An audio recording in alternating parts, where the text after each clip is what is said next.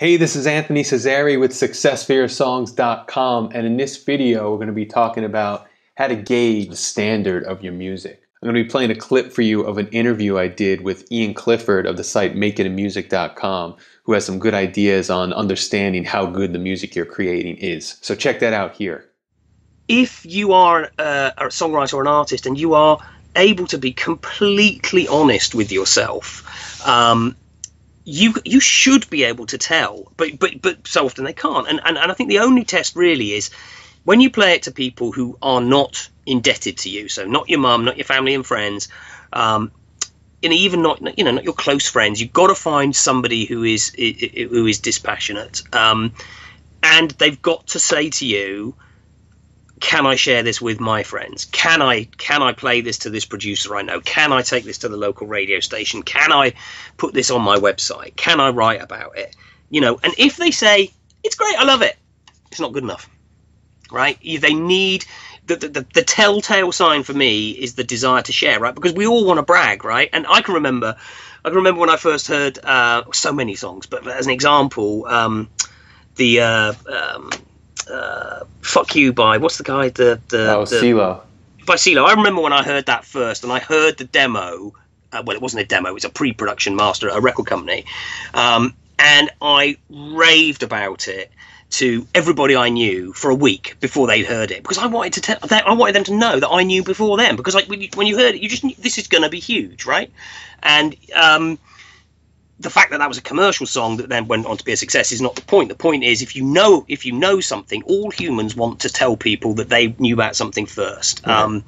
So really, it's a super, super hard test. And there are things you can do that I've written about before. You can put your music in a playlist of similar music these days, and you can play it when when you have friends round, and you can trust your friends if you can disguise what you're doing, and see if there gets any reaction. You've got to compare yourself against the genre that you sit in, and when if you're not getting that ridiculously over enthusiastic reaction, you've got to do something about it, right? And you've probably got to work harder, practice more, write more.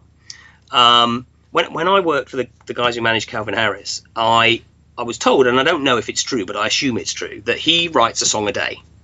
Now, I don't know if that's still true or was true then, but that's what I was told. Now, if that's true, and you're writing 365 songs a year and you're releasing 12, your odds of making some good ones have gone through the roof, right? And it might be that that's refining songs and other things are in there, but one thing I know from seeing that firsthand is that he worked very, very hard. Write more, and if you're still not getting a reaction, you've got to change something. Don't keep doing the same thing. It might be that what you're doing just isn't your natural skill, so you need to work with collaborators. Everybody these days learns everything, right?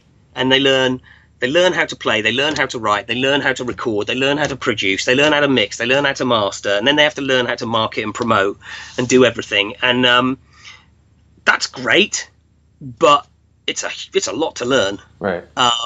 So if you can find a collaborator who is a better lyricist, or a better producer, or someone who can mix and master for you, and in terms of writing, if you're not getting a reaction, it should be easy to find people to come and sit in a room with you with a guitar and a piano to mix up the way you write. Anyone who wants to make music, if you can't find somebody to come and sit in a room with you with a guitar and a piano to knock out some new demos or some new ideas, then you're not trying, right? Because you should be at college, or you should be at school, or you should be going to rehearsal rooms, or you should be hanging out at the open mic nights and whatever. All that that's really hustle 101, right?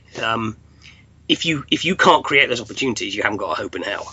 I think we've just put 50,000 words of new posts up, which is all about the website, building a website. And there's one massive post, comes with a workbook and an audio, which talks about some of the stuff we've just talked about.